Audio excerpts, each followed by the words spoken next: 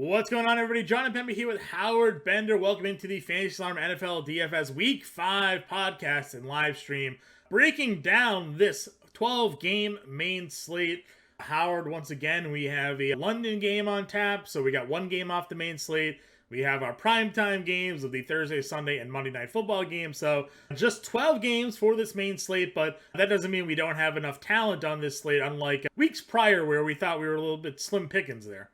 Yeah, indeed, right? First of all, I just want to give a shout out to James Grande for filling in for me last week. I had some unexpected things come up and wasn't able to do the recording with you. So big thanks to James as always.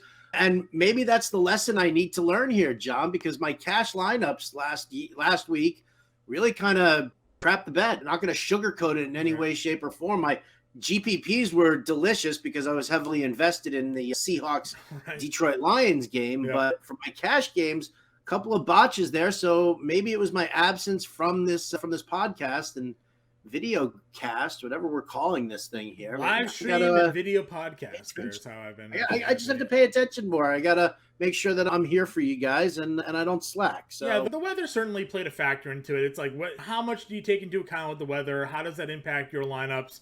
And obviously with Baltimore, their game against Buffalo, it had an impact, obviously. Mark Andrews did not have a good game last week. We know that Philadelphia and Jacksonville, their offensive players all struggled in those games outside of Miles Sanders and the Philly defense. So it's some days the weather really doesn't matter and you think you fade a game and all of a sudden everybody's scoring. And then there are other days where you play the weather and it ends up holding you down there anyway. So I think that was probably my biggest issue, right? Because as I was sitting there, I'm like, I do this show on Sunday mornings with Fensty. So from 2 a.m. Pacific straight through to the games, I'm watching the weather and I'm looking at what's happening.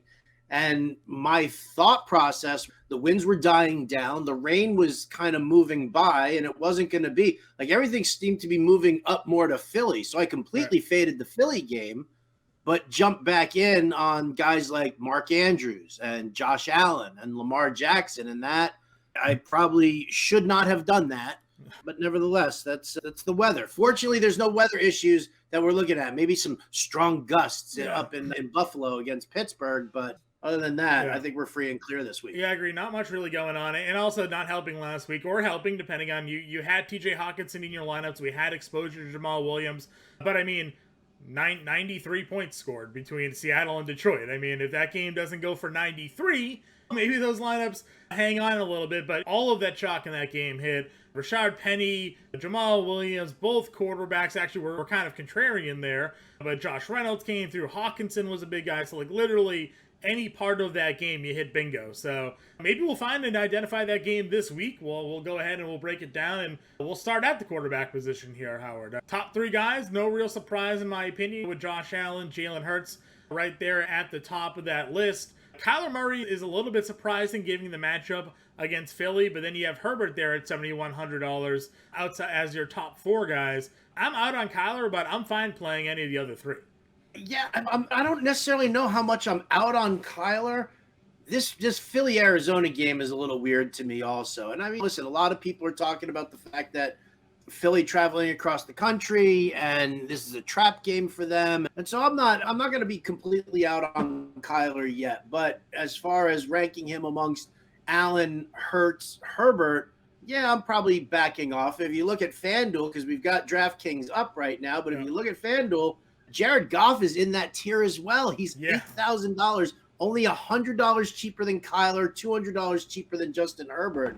And that's going up against the mad genius, Bill Belichick. I don't know how you feel about that, but using Goff scares me coming off of such a great week and having such a tough matchup. Yeah, I will say the one thing that's interesting to me about the Goff thing is that Amon-Ra St. Brown returned to practice today for him. I don't like him on FanDuel, where he's priced. DraftKings, I wrote him up in the quarterback coach because he's $6,100. I think there's a potential for him there. The only other issue I have in that game is, and it all depends on how you feel about certain sites' gradings and rankings and whatnot, but PFF came out in man coverage this year. The Patriots have the top two rated cornerbacks in the NFL. It's Jonathan Jones and Jack Jones. And then Darius Slay is number 3. But in terms of PFF rating grades, in terms of single man coverage, both Patriots cornerbacks have a rating over 90. Darius Slay's at 85. So like they're pretty much far and ahead the top two single man coverage corners in the NFL as of now. So is that the Belichick defensive scheme? Possibly making those two guys look good, but we knew Jonathan Jones last year was a really good corner because it's why New England felt comfortable letting J.C. Jackson actually leave this offseason. They felt like they had the next guy to move up and fill in that spot, and then they drafted Jack Jones in the 4th round, and both of those guys are now ranking out as some of the top corners in the NFL.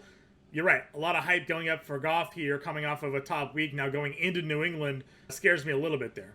Yeah, I might have to fade.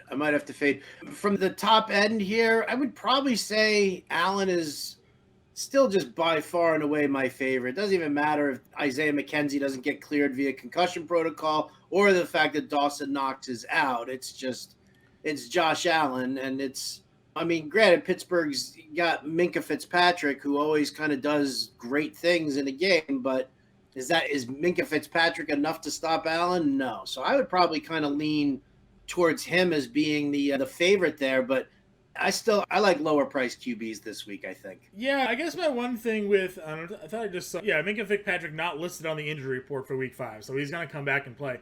My one worry about Josh Allen, and maybe it's not really a worry, but they're 14-point favorites, right? So this isn't expected to be a game where it's a shootout where Josh Allen has to throw for 400 yards because they're trailing from behind.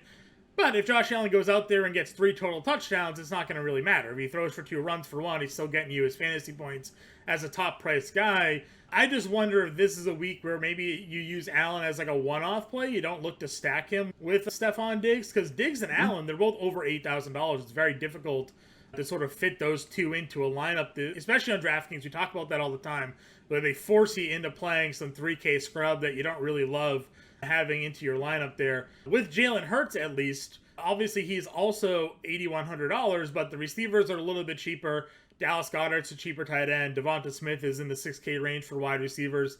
Yeah, A.J. Brown's up there in the 7K range, but a little bit easier to sort of stack that grouping against an Arizona defense, which hasn't looked very good. Arizona game also has a 48.5 game total there.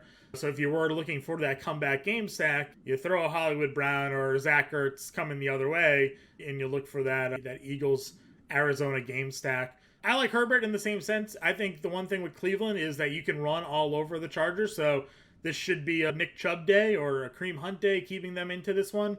And that's going to allow Herbert to throw and hit his sort of passing prop and keep those receivers in play. Yeah, I can agree with all of those statements there. Beautiful.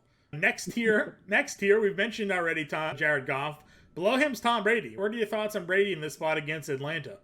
I have Brady in the watch list, and I'm fine with him, right? I think that he's a guy who, despite all the aggravating shit that's going on in his world and the divorce with Giselle and how public it is and how everybody just seems to relish in that kind of stuff. That's one of the things my commentary on society right now is just, I absolutely hate the fact that we live in a society that thrives off of watching somebody like Brady suffer through a divorce, right? It's like the worst thing in the world for so many people, and yet you guys are celebrating it because it's Tom Brady. I don't really understand that, but nevertheless, he's got weapons back. He's got, what's that? No, I said I don't get it either. It makes no sense. Yeah. He's got Godwin. He's got Evans. Julio Jones, maybe. Russell Gage, maybe. Those guys are both questionable, but he still has the weaponry to do the damage. And I'm not enamored with Atlanta's pass defense. I do kind of feel like this is more of a Fournette sort of a week than it is for Tom Brady. So I'm fine using him. I guess it really kind of depends on the site specific. Like, he's priced down. He's at what, 6,000 on 6K on DraftKings. On DraftKings, which is a really nice price.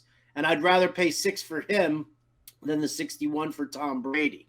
Yeah, for Goff.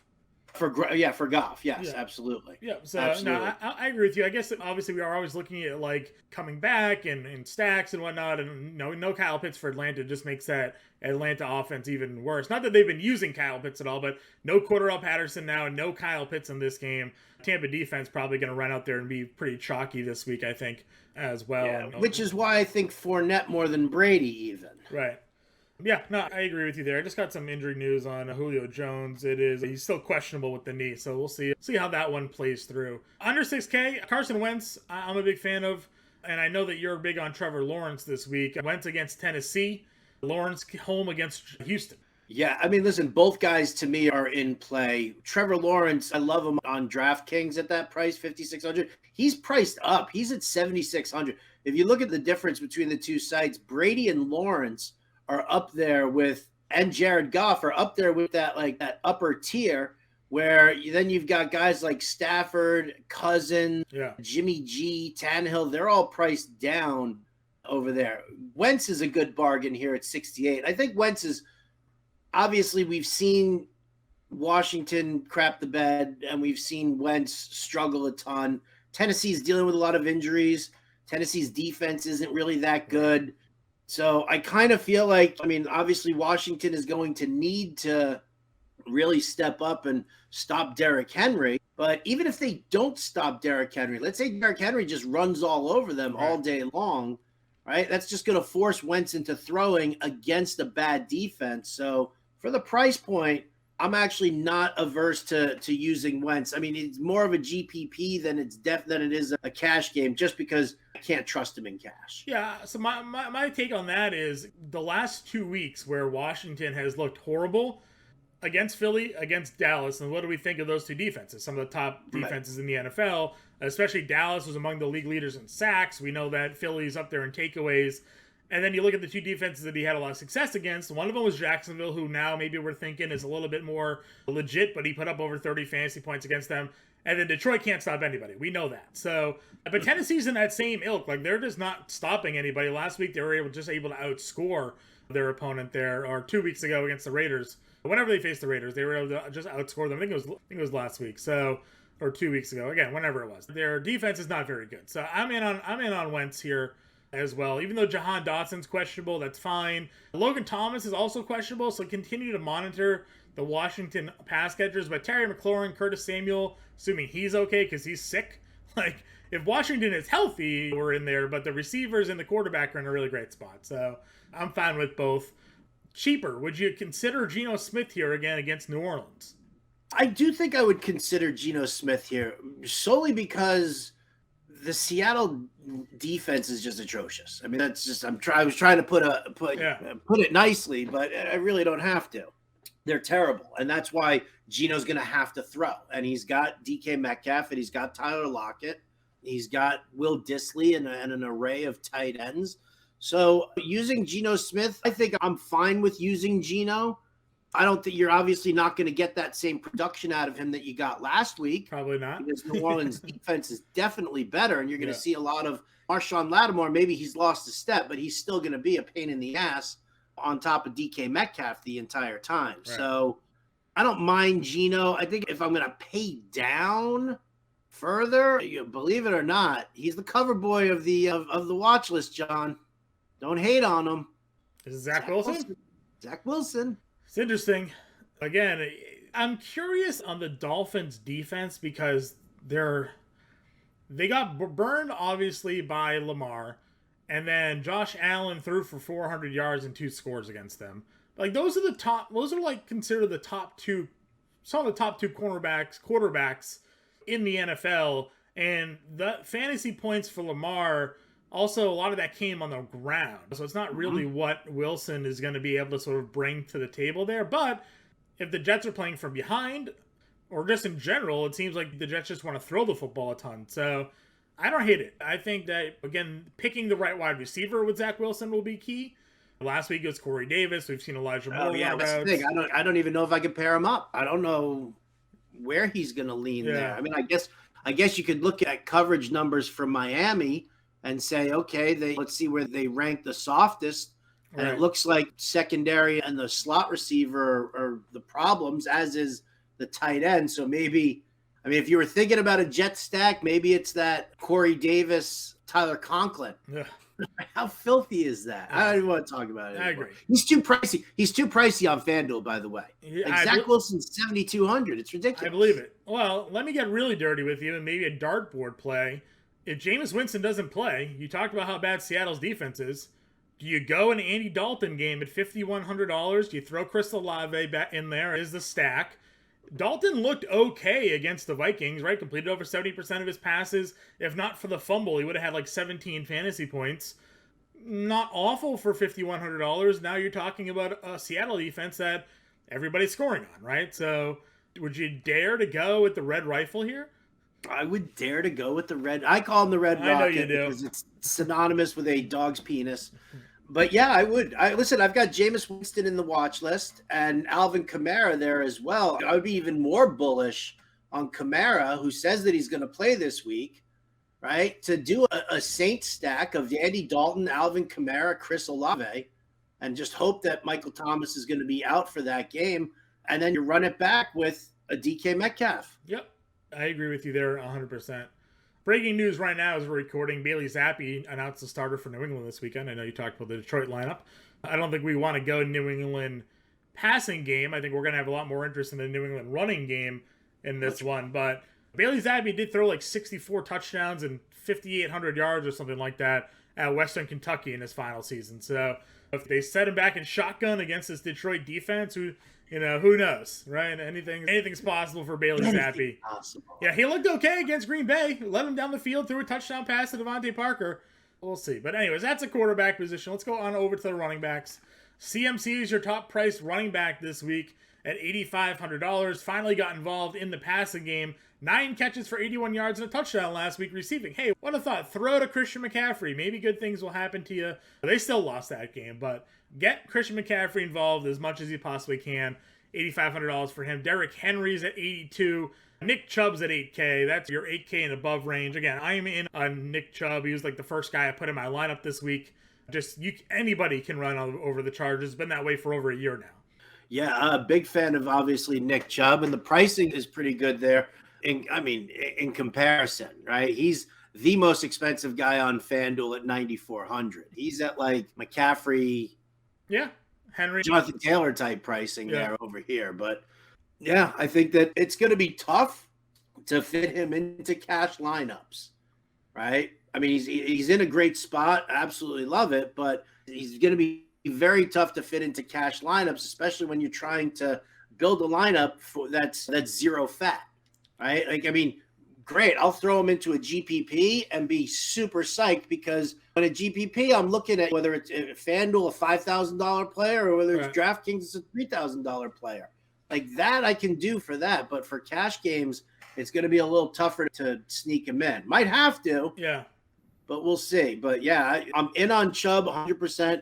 I'm in on Derrick Henry too. I'm not enamored with with Washington's run defense, and given the fact that the passing offense has been that weak for Tannehill and the Titans, they're also losing Treylon Burks. I'm not going to hate on Derrick Henry and on the road. How about the fact that they're throwing to Derrick Henry now too as well? Adding in some of that PPR value the last 2 weeks for Derrick Henry, he's got 8 catches on 11 targets. So throwing a few more ways for him to score points, always something that we're looking at there. Austin Eckler found the end zone 3 times last week. He's $7,800 going up against Cleveland. Dalvin Cook $7,300 against Chicago in a game where we think Minnesota should be pretty well ahead here. And then you've mentioned you liked Fournette. He's at $6,900.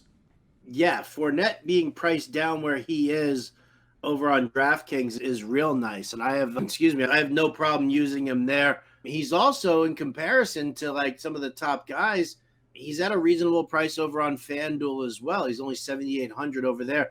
Again, I don't think Tom Brady wants regardless of what his social situation is right now, coming into the season, I don't think he wanted to throw 40 times a game. So I was much more bullish on Leonard Fournette coming into the season, even just for season-long fantasy, because of that aspect. So I'm still in on Fournette. It was a down game last week, but I mean, Atlanta's run defense is not strong. Yeah. And it was a down game running the football. 3 carries, -3 yards, but 7 catches, 57 yards, and a touchdown. Fournette receiving 12 catches on 13 targets the last 2 weeks. So they're not just not using him if he's not getting going on the ground. Like, they're still throwing to him. I'm probably going to get bitten by this one again, but I'm going to go back to Alvin Kamara. He said he's going to play. No Jameis Winston, no Michael Thomas likely. That means you have Andy Dalton as your quarterback here against Seattle. Like, you're going to tell me Andy Dalton's not going to dump down to Alvin Kamara against the Seattle defense, or Kamara's not going to be able to find success against this Seattle defense? Again, I know he's been injured. I know the ribs have been a problem for him, but he said he's ready to go and play. Still averaging over 4 yards a carry. He had 7 targets in week 3 with Jameis as the quarterback there. 6,600 is just too cheap. It's just too cheap for me given the matchup and what we think of Alvin Kamara as a player. Yeah, I mean, he's 7,000 on FanDuel. Here's the thing. Kamara's an ego guy, right? He's definitely an ego guy. If the world starts crapping on Alvin Kamara, he wants to turn around and show something, right? I mean, he was getting ripped up by people last year for not scoring touchdowns and stuff like that. And then towards the tail end of the season, he had that 6 touchdown game. Was last year, the year before? Yeah. Whatever it was like a couple of weeks were going in there, like walking in was like, oh, he's not getting into the end zone. His value's crap and blah, blah, blah, blah. And then all of a sudden he like busts out for that. And I think we're getting a similar situation. Not that he's going to score 6 touchdowns. He might. But that everybody's kind of crapping on him, and he's going to want to produce. Yeah, so I saw that price tag this week on Kamara, and I was like, oh, man, if he plays, I'm gonna have to put him in my lineup at 6,600 against Seattle. It's just too good of a spot for him there. Other guys in the mid 6K range, Miles Sanders had a really big week last week. I think a lot of that had to do with weather and the fact that they were up. But again, he's scored now 3 touchdowns this year after scoring none last year. James Robinson against Houston, you talked about it, and there's been some debate. Is this an ATN week? Is this a Robinson week? A lot of fantasy Twitter wants Travis Etienne to be a thing really badly, so they're throwing out a bunch of like numbers on Robinson, how over each of the last 4 weeks is like yards after contact, his yards before contact, like all of those like sabermetric football stats are trending down each week for James Robinson. I'm like, he still ran for 100 yards and touchdown. So like, does that even matter if he's getting less yards after contact? So $6,300 for him against Houston. I think a lot of people are going to be looking at him. And then opposite of him, Dameon Pierce is 62. Jacksonville's run defense hasn't been anything great either. No, Jacksonville's run defense hasn't been. And as we've seen, right, game flow doesn't matter to the Houston Texans. They're going to run Dameon Pierce no matter what, right? Like I was sitting there, they were down 21-0. I was like, crap, there go all my shares of Dameon Pierce. And then at least just kept running the ball. Based off a 50-yard touchdown run. Yeah, and I was like, all right, beautiful. I love that. That makes me smile there. So, but, as far as James Robinson goes, if you guys are listening to fantasy football Twitter, you're going to get screwed because everybody does have an agenda over there. They really do. Like, I try to just answer questions. I don't sit there and post things to prove my arguments or whatever. I make a statement about a player. I make that statement, and then we'll see what happens at the end of the year, right? I mean, my whole debate with Kevin Tompkins over Alan Lazard, I said to him, I was like, listen, I don't care what his week to week numbers are. And like, this is the first time he had 8 targets last week. And somebody posted that in the chat, the family chat that we have. And immediately Kevin was like, that's the most targets he's seen in 4 years in a game and blah, blah, blah. And I was like, I don't really care. Like, your stats don't mean anything to me. I don't care what his stats were from 4 years ago. Right. I just want to see what's happening now. And I want to see what's going to be happening in the future. It doesn't matter what was before. I know what happened before. And yet I'm still making this claim that Alan Lazard will be the number 1 in that offense. So it's the same thing here with fantasy football Twitter. You can sit there and you can cherry pick all these numbers and say what you want about James Robinson. But let's face facts. Even with Urban Meyer as the coach, James Robinson's performance on the field forces the coach to put the ball in his hands. And ETN, who has had opportunities throughout these first 4 weeks, but hasn't really done anything with them, drop passes, poor rushing attempts. I mean, it hasn't been good for him. That why wouldn't you look at James Robinson against the defense that everybody runs on? Right. And he does it between the tackles and he takes it to the outside. So be careful of fantasy football Twitter, people. It's a lot of people who are more into like the likes and they're more into the engagement than they are really into the actual results. Well, they care more about being take committed, right? They spend their whole offseason tweeting about how you must draft Travis Etienne, must use Travis Etienne, and then the first 4 weeks he's not even more than a flex play. And so now this is the week where he's about to break out. This is the week you got to use him. It maybe, again, Houston's not a good team. Like, maybe this is a week where he catches a ball in the flat and he breaks it for 60 yards, and like, that's great. That's a home run play. That's what his upside is. But that's not consistent usage. That's just you're hitting the GPP, right? James Robinson, if they're ahead 2 scores in this game, James Robinson's finishing with 18 carries. It's not going to be Travis 18. So that's the way I feel about that. I also really like Devin Singletary this week. Last week I was touting Breece Hall heavily because Pittsburgh cannot stop the run. Haven't stopped the run in 2 years. Patriots ran all over them. We've seen teams all this season already run all over Pittsburgh. Loved Breece Hall last week at like $5,400. He's in a GPP lineup of mine. Devin Singletary, I think this week with Buffalo being a 14-point favorite, in the way they've been using Singletary just in the passing game anyways, I don't think he's going to have to use all that pass down work because I don't see this a game where Buffalo has to throw as much. But Singletary is still the lead running back, in my opinion, of this offense. So even though he's $6,100, if you're making a couple of lineups this week, you want to be a little bit different, I kind of like Singletary there at 61. Yeah, I definitely don't mind him. Again, what we saw, I don't even know, was it last week or the week before, where it was like Josh Allen running the football himself and throwing the football. They're up like 3 scores, and yet they're still passing the ball. And I don't really know. Like, it didn't make sense to me to do that, and you're putting your guys at risk a lot more. So I don't know if they're just going to sit there and say, well, screw it, for the first 3 quarters of the game, we're gonna keep throwing the ball because that's what we do, and that's what gets us to win. Yeah. And then the fourth quarter, then it's like, all right, here you go. Now we'll just hand the ball off the entire time. What I worry about Singletary is that if they do go up really big, then the garbage time carries are going to go to James Cook. They did it before. You give garbage time. I mean, I know that Tennessee game was a 41-5, right? They gave Cook like the second half of the fourth quarter. It felt like he was starting to get more touches there. Moss actually in that game was getting some looks, so it could be that come late in that game, if they're up 3 touchdowns, that they go to the other backs there. But the way as productive as Singletary has been, even last week getting 11 carries in that game, knowing the Pittsburgh's run defense is trash, I like it. If you want to be different in tournaments and go against Nick Chubb, Kareem Hunt's there at 6K. Another guy that he'll get his carries, right? Double-digit carries all 4 weeks so far this season. Week 1, he had 2 touchdowns, really screwing those Nick Chubb fantasy players. But he's certainly a guy that over 4 yards a carry, catches a couple of passes. Kareem Hunt here against the Chargers could be that pivot off of Nick Chubb if you wanted to go there as well. Yeah. Further down, I don't hate Raheem Mostert this week. No. Jets run defense, not very good. Mostert looks like he's been seeing the increase in touches. Now, yeah, Chase Edmonds has been getting a lot of that green zone work, but so is Raheem Mostert. I just added him to the watch list. Dude's seen 3 red zone carries, 2 of which are green zone carries in the last 2 games. He's starting to see more snaps, more touches, more carries out of the backfield.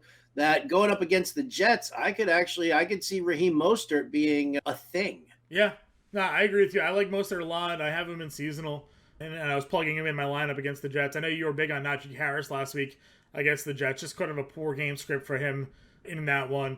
We mentioned at the top, Bailey Zappi is the starting quarterback for New England this week. Both Patriots running backs here. Damian Harris is at 56. Ramondre Stevenson's at 55. Stevenson's been the guy catching the passes. 8 catches, 10 targets the last 2 weeks, but not shy about running the ball either. 14 for 66 and 12 for 73 in a score against Baltimore and Green Bay. Damian Harris last week against Green Bay, 18 for 86 in a touchdown. Damian Harris rushing touchdowns in 3 straight weeks. So would you play both Patriots running backs in a lineup? Would you dare? I did it last week, actually. I mean, it paid off. It worked, right? It did pay off. I mean, that's the thing. When you're dealing with these teams that have the 2 running backs who are more of a 1 and a 1A than they are a 1 and a 2, then yeah, you kind of have to look at it that way. And because of the way they're priced, it made it a lot easier. So I used both Harris and Stevenson in a lineup last week that worked absolutely beautifully for me. I mean, they didn't have eye-popping numbers, right, and we weren't looking at both guys getting into the end zone. But here against Detroit, knowing that it's Bailey Zappi who's under center, I think that Belichick, again, he turns around and says, I'm going to run the ball down Dan Campbell's team's throat, right, and just try and do that. And then say, If you stop the run, then okay, then Bailey Zappi's got to pass the ball. But you got to show me that you're going to be able to stop the run first, and I just don't know if Detroit can. Yeah, I'm in a full agreement with you there as well. Are you buying the Rashard Penny breakout last week? I mean, I thought it was a good breakout performance for Penny last week, but I mean, do I look at Rashad Penny and think that this guy can do this all the time? New Orleans has always been a tough run D. Yeah. Always been a tough run D. So I'm probably going to be out on him and let the point chasers go after him. Okay. Any other guys under 5K on your radar here? I didn't really see much. I don't really want the Atlanta running backs. I know that they're going to be cheap this week. I guess maybe if Brian Robinson gets activated at 4,800, he's apparently been making plays at practice. There could be a mild interest there, but I don't know if they would just give him 15 carries out of the gate. So that would worry me. They did plan on using him in the red zone, though. So if Washington, we think, is going to score on Tennessee, maybe he gets some of those red zone carries and can punch a score in or not. But there isn't a ton of value really at the running back position this week. No, there isn't. But there are enough mid-tier and low-tier pricing guys to get you by. Yep. I think. Caleb Huntley's 4,300. He's a guy that scored last week for Atlanta. If you're really looking to get cheap with it. What's his Breece Hall news here? Breece Hall limited at practice with the knee. We'll see what happens. I guess monitor that one. Michael Carter's 4,900. If Breece Hall doesn't play or whatever, maybe Michael Carter ends up being an option for you there at $4,900. Against Miami, probably. Yeah. The wide receivers. Top guys are all there. Kupp's at 96. Jefferson's at 89. Diggs is at 84. Tyreek Hill's at 8K. All very pricey. We didn't mention Teddy Bridgewater at quarterback. Would you play Teddy Bridge against the Jets this week? No, I won't play Teddy ever. Because you know that the dude's got a shelf life. He's not a good quarterback. He can't throw the ball deep. Yes, that it works beautifully in Mike McDaniel's system, right? You saw it. Yeah. You saw it from Teddy last week, but it's just not a guy I'm going to rely on. It really is not. I can't do it because everybody knows. And Teddy comes into the game, and it looks great against a team that hasn't prepared for him at all. Right. Now you've got the Jets who have the entire week to prepare for him, knowing that he can't throw deep. So all of a sudden now you're changing your scheme up a little bit because you don't have to worry too much about the deep ball. It's more about all the underneath stuff. And you can definitely set yourself up in a better situation like that. So I'll pass on him. Okay. Which means listen, I've got Tyreek in the watch list because him and Waddle, great. They could, that's your GPP right there, right? They could break a big touchdown at any point. That each one of them has that capability of doing it. Yep. Speaking of breaking big touchdowns, that was Deebo Samuel last week against the Rams, 57-yarder. With Jimmy G now at quarterback, 5 for 73, 6 for 115 and a score. That was one of the big things when Garoppolo stepped into that starting role. I thought that this gave value to these pass catchers. Carolina, not a great defense. San Francisco is on the road here, so maybe that worries you a little bit, but I like Deebo at $7,700. I added Deebo not just because of the talent level there, but he's also only 7,300 over on FanDuel, right? He's below Mike Williams, below Mike Evans, below Christian Kirk, below Waddle, below Marquise Brown. Yeah. So, if you're going to give me Deebo at a discounted price, I'm definitely happy with that. I'll easily use Deebo Samuel, no question. Yeah, I'm a big fan of Deebo this week as well. I mentioned Amon-Ra St. Brown is going to likely play this week, returning to practice. Again, tough New England defense. All Philly guys are going to be popular this week because that's got a pretty high game total. Obviously, Hollywood Brown coming back in there. Keenan Allen not likely to play, so Mike Williams goes back on the radar here against Cleveland. Something to obviously take a peek at as well, that low 7K range. But I like the 6K guys. I think there's some guys at 6K like Terry McLaurin at 62, Christian Kirk at 66. Those are some people that I'm looking at and kind of keying in on. Even if Waddle, if he is able to get on there at 67 against the Jets, some good value. Devonta Smith at 6K as well. Brandon Cooks 61. Yep, Cooks at 61. Godwin's at 59. That's a pretty cheap price tag for Godwin. There's some really nice mid-tier value here. You talked about Chubb in cash games and maybe not be able to get them. Well, if you plug in Godwin in a cash game lineup or Kirk at a cash game lineup at these 59 and 6K, like maybe you get Chubb in there easier than you thought. Yeah, listen, Gabe Davis is only 64 on DraftKings. Chris Olave at 57. We talked about him at the top of the show, right? Yep. Chris Olave, who's been getting mad targets, and we don't know what the situation is with Michael Thomas. They just right now, Michael Thomas got ruled out. Rashad Bateman just got ruled out. Yum, yum, give me some. I'll take Chris Olave against the Seattle defense. You in 40% of the field, Howard. Stack it up, baby. Yeah. Stack it up. Listen, I'm fine with the fact, like, again, for GPP, for cash games, okay, if everybody's in on him, that's great. I'm fine with that. I'll go with the field. When it comes to your GPP tournaments, what you need to, I mean, aside from you need your players to all pop, right. We talk about it all the time, right? You want that low-owned stack that's going to deliver, the stack that not a lot of people are using. And then around that stack, that's where you can sprinkle in. It's okay if they're highly owned guys. No, I mean, it's not ideal if they're 80% owned, but if Chris Olave is 40% owned, if I can get him in with, like, let's say a Jacksonville stack, and I can get Olave in there, sprinkle in some good solid guys who might be highly owned, I still think we're okay, because you need that game to pop for you where your stack is with the player coming back. Yep. That to me is probably what the most important is. We'll have to take a look at what, like, our ownership percentages. Today's Friday, right? So they should have. Yeah, we should have them out already. And that's what happened last week, right? Last week, the guy who took down the Millie Maker had the Lions Seattle game stack, but they had a 4% roster, Josh Jacobs, who went for like 37%. So they're identifying some of the lower owned plays, building around the popular plays. Tyler Lockett, right below him at 56. You talked about maybe the Lattimore-Metcalf matchup could leave Lockett in a really nice spot again. And 3 straight weeks now for Lockett. 9 for 107, 9 for 76, 6 for 91 for Tyler Lockett there. So I think, again, him at 5,600, sheesh. That is too cheap, it feels like, for Tyler Lockett there, given what he's been producing for us. More guys in the low 5K range. Does Allen Robinson ever come alive? He's 53.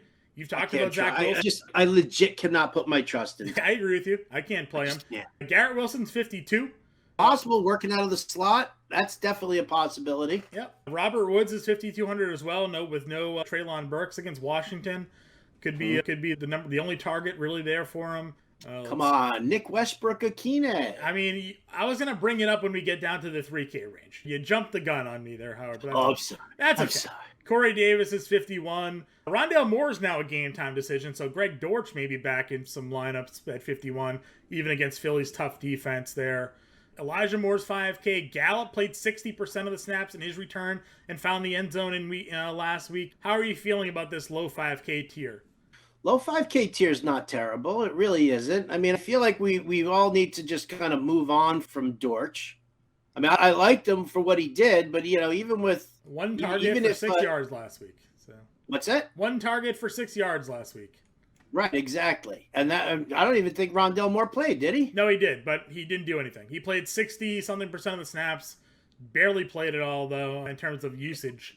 But if Moore sits, they have to go back to Dortch, right? Like those snaps. If Moore sits, then they do have to go back to Dortch. Josh Reynolds as the potential third wide receiver. Yeah, well, that's the thing. If St. Brown's back, Chark is practicing. Chark at 4,800, maybe. Maybe. Again, New England's defense though is kind of tough. So kind of depends. It is kind of tough. Kind of depends on how you. Jacoby Myers or Devontae Parker. I don't know. Bailey's Happy is the quarterback, so I don't even know. I would have no idea. Probably Jacoby, but Devontae Parker did score the touchdown last week, so. Your answer is Nelson Aguilar. Maybe. So I guess, do we have a Tyquan Thornton update yet? They activated him off the IR, opening his window. He was the big deep guy during the preseason. They used a second-round pick on him, so Tyquan Thornton, if he's active, could be a dart throw. Much like your George Pickens was last week. I was upset with myself. Well, sort of upset with myself. Christian Watson scored, so I wasn't wrong, per se. He only played like 8 snaps, but he got a end-around touchdown.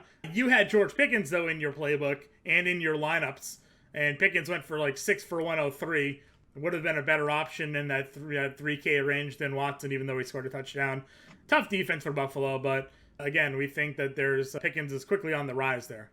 Pickens is definitely on the rise, no doubt about it. I'm out on him this week, though. Okay. Because I think everybody's going to be in on him this week and chase that. And I just think Buffalo's secondary, they were dealing with injuries, but most are healthy now. I mean, they don't have Tre'Davious White, but yeah, we saw what kind of an impact Jordan Poyer had just last week alone, coming back and playing. It's the Kenny Pickett situation more than anything else. Like, I like Kenny Pickett. Yeah. I think he's got potential, but we know that we don't like the offensive line for Pittsburgh. We know that we do like the defense for Buffalo. And so this first game here, first like legit start for Kenny Pickett, yeah, if Deontay Johnson's banged up, maybe we see the extra targets float George Pickens' way. I just don't feel like, even at 4,300, I just don't know if I can trust him yet. Okay, that's fine. You mentioned Nick Westbrook-Ikhine. He was somebody I was certainly going to bring up here. Hasn't been overly involved in this offense. Again, they haven't had a great passing attack, but if Treylon Burks is out, he's going to probably assume those snaps in that role there. I also really liked Zay Jones this week. He's questionable to play again. He didn't play last week, but they said he was going to play if not for the weather. They decided to keep him inactive because of all the rain and the wind. They didn't want the ground, something to him happen with his ankle and tweak it. He's been limited at practice all week. The guy had 11 targets in week 3. He had 9 targets in week 1. I like Zay Jones against Houston this week as a pivot off of Christian Kirk if he ends up being active in that game. And I think Nico Collins could find himself there as well. You look at Nico Collins' recent games, 5 for 82 last week, 3 for 82, 2 for 41, 4 for 58. If this game ends up being sort of a spot where Houston has to throw, Nico Collins slowly starting to get more usage. Could see some very interesting dart throws this week, no doubt about it. I mean, listen, for the price that Zay Jones is at, again, I can't sit there and preach Jacksonville and just completely ignore him. I mean, right. Zay has not been one of my favorite guys, but this is the first time he's actually been more of a feature in the offensive scheme, right? I mean, he is the second wide receiver. He's the Z receiver to Christian Kirk. Yep. They gave him $8 million guaranteed a year. So they're paying him to be that number 2. He's getting 2 games, 9 targets, 11 targets of the 3 he's played. So definitely some potential there for him. But I don't really have much else. Again, the New England wide receivers, if you wanted to chase something there. Yeah, Jarvis Landry is questionable. Michael Thomas is out. Marquez Callaway last week had an okay game. Traquan Smith was the guy the week before that. Like, I don't know if we like going up against Seattle, so maybe there's a dart play somewhere in there. Maybe it is Marquez Callaway if Jarvis Landry doesn't play. 3 catches, 53 yards last week. Yeah, that's definitely a possibility. Man, I'm looking at the difference in pricing on some of these guys over on FanDuel who are like so far down, right? Yeah. We talked about Elijah Moore, right? Yeah.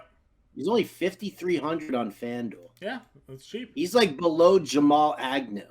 Yeah, Agnew last week had 2 touchdowns, but he didn't run many routes. So he filled in. No, I know. I'm not saying that. I'm just saying he's down there. Rondell Moore is down there, even though he's questionable. Yeah. Callaway, you just mentioned. Oh, Greg Dortch. Greg Dortch is 4,900 on FanDuel. Traquan Smith, 4,900 right there. Yep. But what about, if we're going to throw some gross deep dive names out there, your thoughts on Khalil Shakir? I mean, listen, if guys are ruled out, sure, right? But there obviously is no Jamison Crowder, and there could be no Isaiah McKenzie, so someone's going to have to play the slot there. So it certainly could be Shakir there, right? They have him returning kicks mostly, don't they? They do. That's mostly what he's been doing. But yeah, so McKenzie still has not been cleared via concussion protocol. Yeah. And James Crowder broke his ankle. Right. They just ruled him out yesterday. Yeah, so we'll see. I don't mind it. Again, getting some exposure to that. If it comes to blowout, I know he played in that blowout game because it was a showdown slate, and James Grande played him in his showdown lineup, and he's like, I need some Shakir catches, and he ended up getting a couple, I think, late in that game. So, tight end position. So gross. So Coop did the tight end coach. If you've read it yet, Howard, I know it came out yesterday. He hates my Njoku. He didn't put anybody in the elite tier. He said this because there's nobody in the elite tier. Yes, he said there are no elite tight ends this week. So that's how he feels about this spot. Yes, he hates Njoku because Derwin James gave Travis Kelce the rock bottom when they faced each other. And it's basically saying, how is David Njoku supposed to have success against Derwin James in this spot, which is kind of valid. And Derwin James is a pretty legit cover tight end guy there. So we'll see. But I'm looking at the same thing as he is. And I'm like, I don't know where to go at tight end. If you liked the Seattle matchup, like Juwan Johnson at 3K, maybe is a guy, right? If there's no Thomas, if there's no Landry, you're just looking for anybody. He's cheap, and outside of 1 week, he's been getting a couple of looks there. You live with the 6K fantasy value there. So I don't know. There's not a lot. He did send out a tweet earlier today about OJ Howard. I don't know if you noticed that one. He ran like 26 routes last week. So they released Pharaoh Brown. They don't have Jordan Akins and Brevin Jordan, I think, are questionable or out. So OJ Howard last week, 5 targets, 2 catches for 27 yards, but actually ran routes. So he put him on his radar this week at 2,600. Yeah, I mean, you're throwing darts at the tight end spot this week. I mean, you really are. If you're looking at the top, I mean, Kittle's he's not what he was. He's not what he was, and they're not utilizing him in that same fashion. And I'm not sure why. I know why. It's the 2 defenses they faced. The pass rush on the Rams and the pass rush on the Broncos. They need him to block. This may not be a spot where they need him to block so much against Carolina. Are you paying $5,200 for him on DraftKings? $6,500 on FanDuel? It depends if I'm not spending up at wide receiver. If I can afford them, right? Because we like Chubb at the top of the running back spot, but we're kind of keying in on mid-tier running backs and value running backs. Mostert, Stevenson, Harris. We like a lot of the mid-tier wide receivers in that 6K range. Maybe you just pay up for Kittle because you have the money to do that so this week. Yeah, or you just turn around and you say, I'll take Zach Ertz or Dallas Goedert, who are pretty much the same. They're pretty much the same thing at this point right now. In fact, they're actually getting more targets. Right. Yep.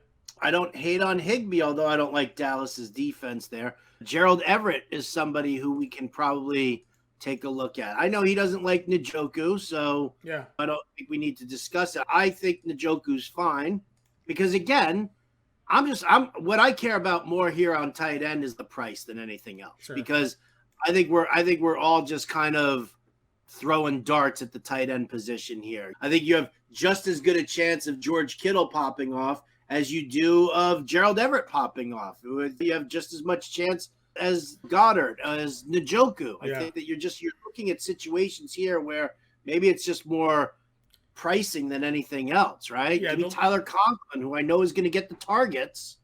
Yeah, the Logan Thomas injury was the one that kind of hurts me a little bit today. They added him to the injury report with a calf, $3,200. He had 6 targets last week, and Jahan Dotson isn't going to play this week, or was unlikely to play this week. I don't know if we got an official out on him. We do. So I was all in on Logan Thomas at 32. I'm hopeful he's still active come Sunday because he's probably going to be in all my lineups against Tennessee. Sure. Ingram's right there. Cole Kmet actually got a couple targets last week. Juwan Johnson's 3K. I mean, it's gross. I'd rather go Juwan Johnson than Cole Kmet at this point. Yeah, I won't argue with it. I won't disagree with you there. And Gerald Everett I like as well. We know Keenan Allen, assuming he can get in there. He's apparently dealing with a hamstring of his own. Yeah, it's a bummer. Yep.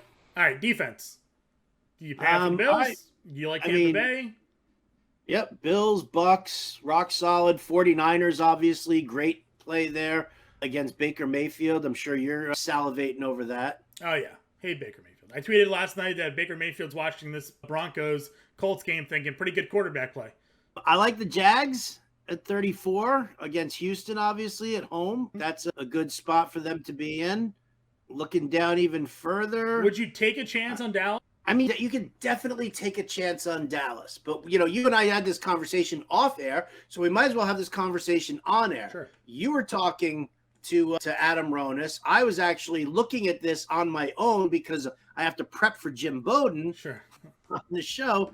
And the fucked up thing about it is I'm looking at this spread and I'm like, why is Jim wrote it in the show sheet, right? That he was taking for his Beat the Book today, that he was taking Dallas plus 5.5. And I was like, did he make a mistake? Is Dallas really getting 5.5 points? Which to me is bonkers considering how many problems we've seen for the Rams. Yeah. But that's the contrarian style of betting that I do. Craig Mish and I made it our thing for years, right? Just going contrarian. Yeah. And if you're looking at this point spread and you're like, how in the world are the Rams, who looked like absolute shit last week, we're all freaking out, worried about Matthew Stafford's elbow, Cam Akers, they couldn't look like they couldn't run their way out of a paper bag, right? And Dallas, this fearsome defense, everybody's afraid of them, right? Even their offense has been moderately productive. Right. Like, why are they a 5.5 point underdog in this one? And that, for betting wise, that puts me on taking the Rams and laying the points, which makes me worry about taking Dallas as my team defense in a DFS contest. Yeah, listen, everything you're saying makes 100% sense. I'm hopeful that if you're playing a GBP, though, maybe that's what it takes, right? Like, to go against the grain there a little bit. And Stafford hasn't thrown a touchdown in 2 weeks. I know. This Cowboys defense is among the league leaders in sacks, and we know that they have the guys to do takeaways as well. The takeaways in all but 1 week this season. They haven't allowed more than 19 points in a game this year, right? Like, why are they getting 5.5? I don't know. Why? Because Vegas is telling you that you're about to be suckered. I mean, I thought it was weird that the Cowboys were only a 2.5 point favorite over, or 3 point favorite over Washington last week. Yeah, what happened? Right? They blew them out. And they blew them out. Exactly. So my spidey sense was off on that last week, but my spidey sense is, again, it's doing to this game here what it did to me when I said to everybody, take the Broncos over the 49ers. Right. Yeah. I said, it's only 1.5 points. Broncos win this one outright. Take the money line too. Do it. Jim Bowden thought I was the biggest idiot in the world. And what happened? So yeah, you're right. You are right. So, yeah, I think Dallas is in play as a GPP play. But, again, we're talking about how we like a lot of these mid-tier guys. Like, you can probably have the money to pay up for defenses this week. It's probably Tampa Bay, I guess, for me. No Kyle Pitts, no Cordarrelle Patterson, Marcus Mariota. Like, I don't know. I feel like that's probably a way I want to go. And I think I might go, like, even though it's on the road, I might look at San Francisco against Carolina just because it's Baker Mayfield. Yeah, just because it's Baker. Here's the problem. Baker Mayfield's not turning the football over, though. No, he is not. They're not scoring, but he's not turning it over, which is where you need a quarterback that's going to turn the football over. So, oh, well, then let's go to Washington and find ourselves a little Washington Commanders against Ryan Tannehill and the Titans. Is Tannehill throwing interceptions? I think he's been picked. Yeah. I mean, obviously Pickett threw a couple picks last week. Not all of them were his fault. Oh, yeah, they were the tip passes there. Yeah. So, and that's why, like, I was talking to somebody earlier, and they were like, "Oh, love Minnesota Vikings defense this week against Chicago." I'm like, "Do you? Because they're going to run the ball 45 times. You're not going to get any interceptions. You maybe Fields fumbles, or maybe in one of the 13 pass attempts he does throw an interception, but it feels like the Vikings are a low upside defense this week because you're not going to get sacks. You're not going to get interceptions because they're just going to run the football a bunch." So, yeah, that's kind of where I'm at. Again, I think even Philly, people look at that score, Philly's defense has been so good. Like, I kind of have some interest in Philly. Kyler's going to be trying to run around back there. Maybe he makes some mistakes. Jacksonville at 34 at home is a pretty popular play probably this week as well. So that's where I'm at with defenses. So, Howard, let's make our lineup. All right, let's make our lineup. What position do you want to start at? Oh, I already made my lineup. What are you talking about? Well, okay. Give the people your lineup then. Well, I'm going to change it. I'm going to tweak it here based off of what we were just talking about, and I'm going to pay up for a defense here and see what I have left and be happy about that, right? Like, all of a sudden now look, I've got to go down to the low 5K range here. What will I do? For quarterback? What's that? For quarterback? Oh, I'm looking at it for my flex spot here. Oh, okay. In the meantime, all right, quarterback, give me Trevor Lawrence, dude. Okay. I love him. I love his price on DraftKings, and I'll use him on DK. Okay. Are we using Nick Chubb? What? We playing Nick Chubb? Do you want to play Nick Chubb? Let's play Nick Chubb. Okay. Nick Chubb's in at 8K. All right, hang on. Let me adjust the lineup here. Let me take away my original lineup. I mean, do you not want to go with Trevor Lawrence?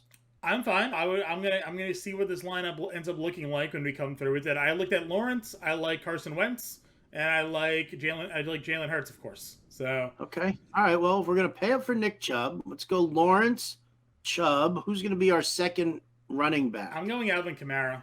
You want to go Kamara? Okay, I'm fine with that. Wide Wide receiver, receivers? you're going Kirk, I imagine. I feel like I'd be doing us an injustice if we didn't go with Christian Kirk at some point. I would agree with you. So he is $6,600, 66. So we have, obviously we're spending for defense and tight end a little bit cheaper. Right now, as it stands, we have $4,600 a player. But again, no defense is higher than 4K. So Yeah. Did you have a defense you were plugging in? No, let's just keep. We'll see what we got at the end there. Let's so Christian Kirk at 66. Yeah. Let's go Olave at 57. Oh no, we can't. Well, I mean, Go Olave. Good. I just don't want to overinvest in Saints if we're gonna look at this as like a cash lineup. I didn't know we were looking at it as a cash lineup. I thought we were building. Oh, if you're looking at this as a GPP lineup, then where the fuck is James Robinson, dude? You want to go? That. You can't go Lawrence and Robinson and Kirk. I can do whatever I want, man. I can do whatever I want. This is America. It's true. You can. That's fair. I'll put Olave in there at 57. Then we got who are we going with for our pay down? Where are we going? How far south? I guess that depends. So let's see. All right, let's go to tight end then. Okay. Go to tight end. I still want to play Logan Thomas. So still want to play Logan Thomas. Okay. At 32. So we'll put Logan Thomas in there and we'll see what happens with him. Yeah, we can. We'll see what happens with him at 32. If not Juwan Johnson again, maybe we'll have to remake some pivots, these 3K at that potential spot there. I think we should just go full fucking Saints stack here, dude. Well, we could do a full Saints stack there. If I'm doing that, yeah. I mean, listen, I would rather go full Saints stack. Okay, I potentially have our lineup if you want to go with your Lawrence. I think you might like it. Go for it. Okay. What do you got? Trevor Lawrence, quarterback. Nick Chubb, Alvin Kamara at running backs. Christian Kirk, Deebo Samuel, Chris Olave. Ooh. Logan Thomas, Zay Jones. We double up at the 2 wide receivers for Lawrence if we want to. Oh, that's your stack. Okay, and then at defense, with $0 remaining, the Dallas Cowboys. Wow, that's a trap. Maybe it's a trap, but I guess it's Deebo Samuel with Olave and Kirk. And if we wanted to go, if Zay Jones, for whatever reason, isn't active, we have a $4,100 flex play. We could go another tight end, Nico Collins, to come back in Jacksonville. We could do that. $4,100, Nico Collins coming back in that game. I know you're a big fan of that part of DFS lineup building. Certainly something that could be in consideration. Any other tight ends at $4,100 or under? Gerald Everett, for example. Oh, he's 42, I lied. But Njoku, you like at 38. If you want to double tight end it, could be involved in that stack. So that's kind of where some of my thought process. Tough to go double tight end at times. I really, especially on a week like this week where it's it would have worked for you last week, most weeks. Well, yeah, because I did. It's so funny. I went double tight end last week, but it was Andrews and Hawkinson. Well, that's what I'm saying. Yeah, last week, any other week, Andrews comes through. It would have been fine. So that's where I'm coming at with this. Lawrence, Chubb, Kamara, Kirk, Olave, Deebo Samuel, Logan Thomas, Zay Jones, Cowboys. We get the full-on Jacksonville stack there moving forward. Gets you some exposure to that New Orleans-Seattle game as well with Olave and Kamara. So. All right, well, what if, John, what if we did this? Let's see what happens if I do that. Oh, that actually fits perfectly in there. Go with the Saints stack. Okay, give me your line. I'll build it on the screen. Andy Dalton, Nick Chubb, Alvin Kamara, Christian Kirk, Chris Olave, DK Metcalf, Logan Thomas, Nico Collins, 49ers D. Olave. So cheap. Logan Thomas. Who is your flex? Nico Collins, your boy. Nico. I'd almost even say Nelson Aguilar if you want to pay up an extra $100 to. Well, let me ask you this: if you think Lattimore is on DK Metcalf, why not go Tyler Lockett at $5,600? I could. That burned me last week. It didn't burn you last week. He had 6 for 91. And what did DK Metcalf have last week? Sure, but I mean, consistently. That's what I'm saying, though. That's what I'm saying. Well, I'm just saying that Lockett wasn't a burn. I didn't say Lockett burned me. What I said was He was not as productive as DK Metcalf was. Sure. It burned me. I would have won a lot more money if I used DK Metcalf than if I used Tyler Lockett. That is fair. That is fair. If you did want to go up, though, you have a $5,300 flex moving Lockett, DK Metcalf to Lockett. $5,300 flex could give you Kittle if you wanted a double tight end again, like we've talked about. Mostert at $5K.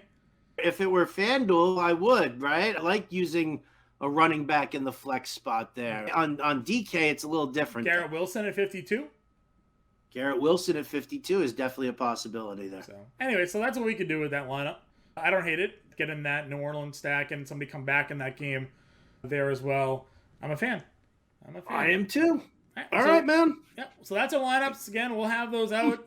You'll have the playbook out. You'll have the dartboard out on Sunday. You'll have the lineups out on Saturday, rather. Playbook and dartboard on Saturday. Lineups out on Sunday.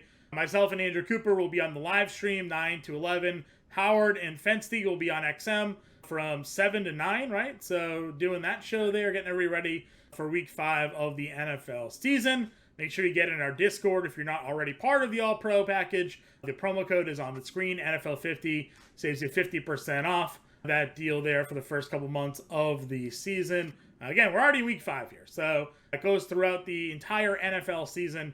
So take advantage of that offer today. And Howard and I will be back next week. We'll catch you guys later.